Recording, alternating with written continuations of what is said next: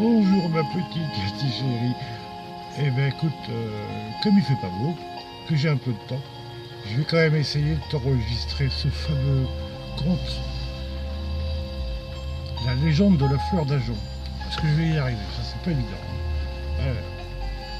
Avec le fond musical comme promis, et puis le reste qui va peut-être venir, c'est pas évident à enregistrer. Surtout que, bon, c'est pas le pied.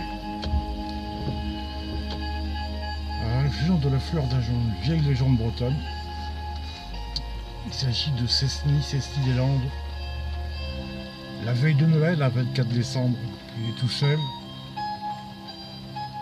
chez lui, une belle maison, un beau jardin, et il est tout seul.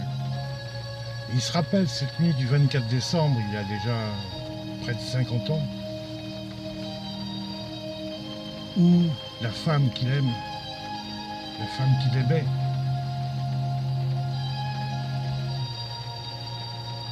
était toute seule, sans lui, à la messe de Noël avec son père et sa mère.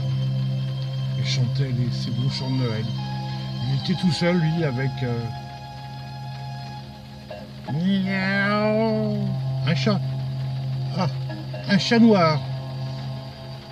Un chat noir sur la cheminée. Qu'est-ce que tu fais là? Qu'est-ce que tu fais là, fils du diable et de la peste? Le chat a remis la queue. Cessny n'en revient pas, il ne l'avait pas vu rentrer. C'est vrai que Cessny est très malheureux.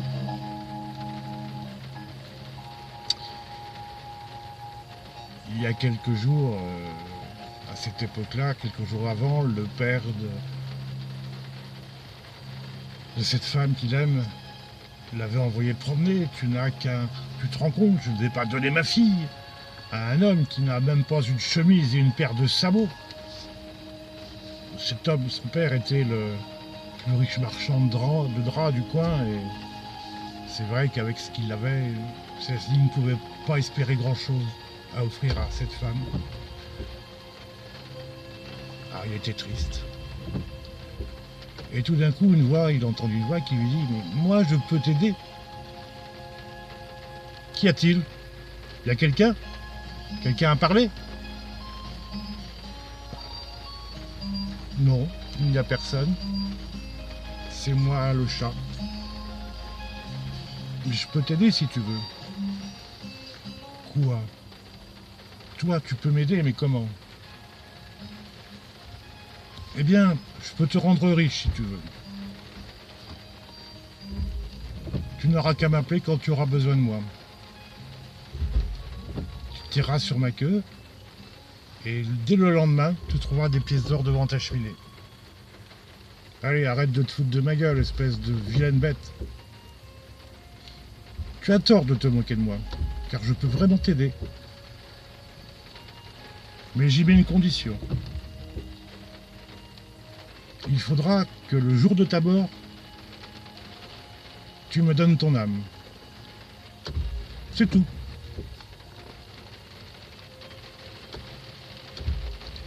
Alors, dis-moi à quel âge tu veux mourir.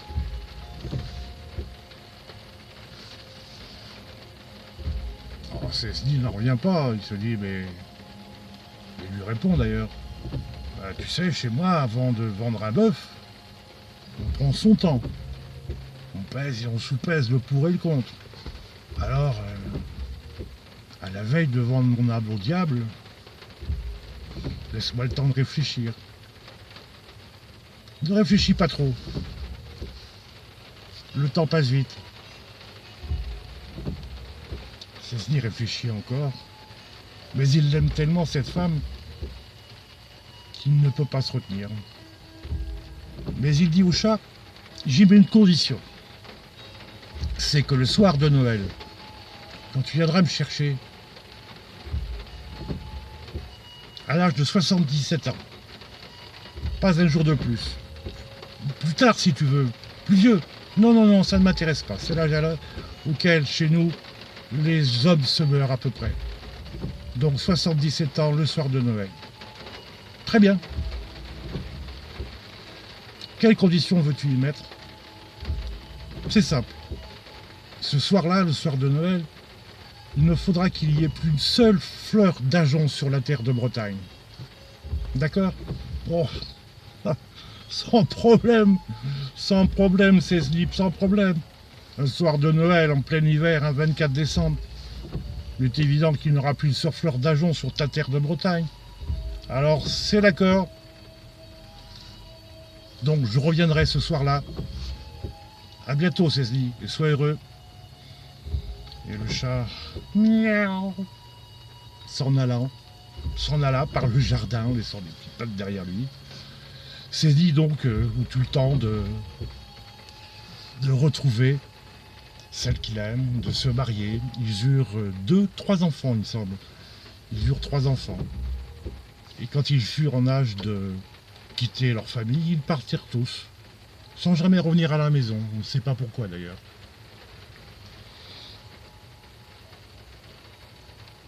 Dans la maison, dans la belle demeure, les draps, les beaux draps et les belles couvertures s'accumulaient. Cécile était devenue très riche. Sa femme était heureuse. Tout allait bien. Un jour, les enfants partirent et ne revinrent plus du tout à la maison. D'ailleurs, je viens de le dire, c'est pas la peine de le répéter, Bruno. Ok. Alors, le plus grave, c'est qu'ensuite, c'est celle qu'il aime qui est partie aussi. Elle est morte naturellement de vieillesse. Elle n'avait jamais été malade, mais l'âge l'a emportée aussi. Et Cécile est restée seule. Ce jour-là, il avait 77 ans. C'était évidemment un soir de Noël. Et il savait que le chat allait revenir pour l'emporter.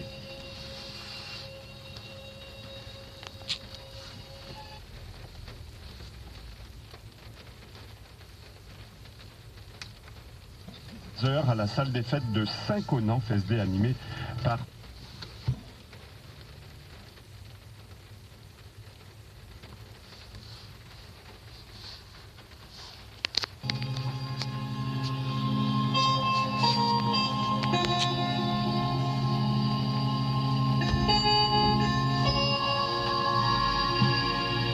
Je suis désolé, j'avais mal au doigt et donc je continue.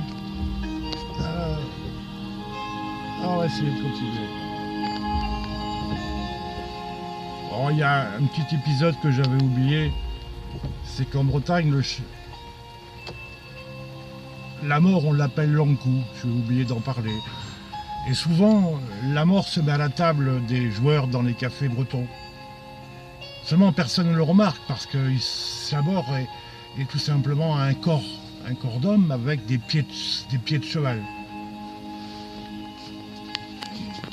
Quelques jours auparavant, en jouant aux cartes avec de vieux amis, Cécile s'était penché et avait vu les fameux pieds de sabot. Et c'est là qu'il avait eu l'intuition que la mort allait bientôt arriver. Donc on va en revenir à cette soirée du 24 décembre où il attend l'encou, l'encou en Bretagne c'est la mort, c'est cette mort que l'on voit des fois dans une table de café, avec ses pieds de cheval, si on a le malheur de laisser tomber une carte et de regarder sous la table. Et ce 24 décembre, il est serein, Cécile Deslandes est serein, il sait que l'heure est arrivée, qu'il va falloir qu'il rende son âme à l'encou. Minuit approche, tout est en ordre, et tout d'un coup, qu'est-ce qu'il aperçoit dans le fond du jardin? Des traces. Des traces de quoi? De pieds de cheval, des traces de sabots dans la neige. C'est l'encou qui vient chercher. Et avant d'arriver vers Cesnuy, l'encou se transforme en chat noir. Arrive à ses pieds, le renifle et va vers la maison. Cécile est déjà presque arrivé à la porte du jardin. Une dernière fois, il veut se retourner et regarder la demeure où il a vécu si heureux. Alors il se retourne. Et tout d'un coup, il voit ce chat noir, avec ses grands yeux brillants mais tout rouges, prêt à ouvrir la bouche et à hurler. Et Cécile qui l'a supporté pendant tant d'années, lève sa canne et veut l'écraser le chat avec sa canne. Au moment où la canne va exploser sur la tête du pauvre chat, le chat fait un bond et la canne de Cesny frappe alors une bonne motte de neige qui fait apparaître quoi? Regarde, chat noir et de la peste, fils du diable et du démon, regarde! Une fleur d'ajonc, une belle fleur d'ajonc, en plein hiver, un 24 décembre, tu as perdu, chat noir, tu as perdu. Miaou. Je serais pas content, t'as capté, là. C'est un peu con. Mais enfin, c'est pas grave. Donc, Cesny alors put retourner tranquillement dans sa maison et attendre enfin une belle mort, une douce mort. Voilà, c'était tout le fameux conte breton. Voilà Cathy, j'ai fait l'effort de te le raconter, c'est pas évident, hein. J'ai fait mieux, mais tant pis. Ce sera la dernière version, en tout cas c'est la première et dernière que j'enregistre. Ça aurait été pour toi, parce que je t'aime. Je voulais te dire aussi que tu as maintenant en main les horaires, les images, tout ce que j'ai pu te dire. Je ne peux pas en dire plus, je t'ai tout dit de moi. On a beaucoup à dire, je veux bien, mais je t'ai tout dit, c'est sûr. Alors, il ne manque plus que ta décision pour réserver un train, m'en donner le jour, et que je réserverai notre lieu d'amour si tu veux bien. D'ici là, je t'embrasse Cathy parce que je t'aime. C'est pas simple, mais je t'aime. Je t'embrasse très fort ma chérie. Merci encore d'exister. Quoi que tu fasses et quoi que tu décides, je t'aime.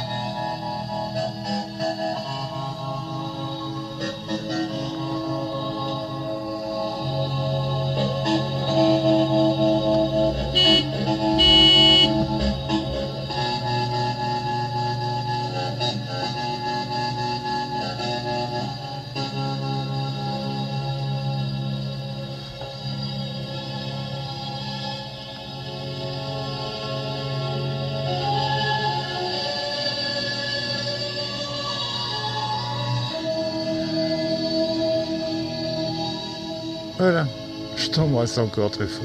Je t'embrasse. À plus tard, ma chérie, si tu veux. Je t'embrasse encore.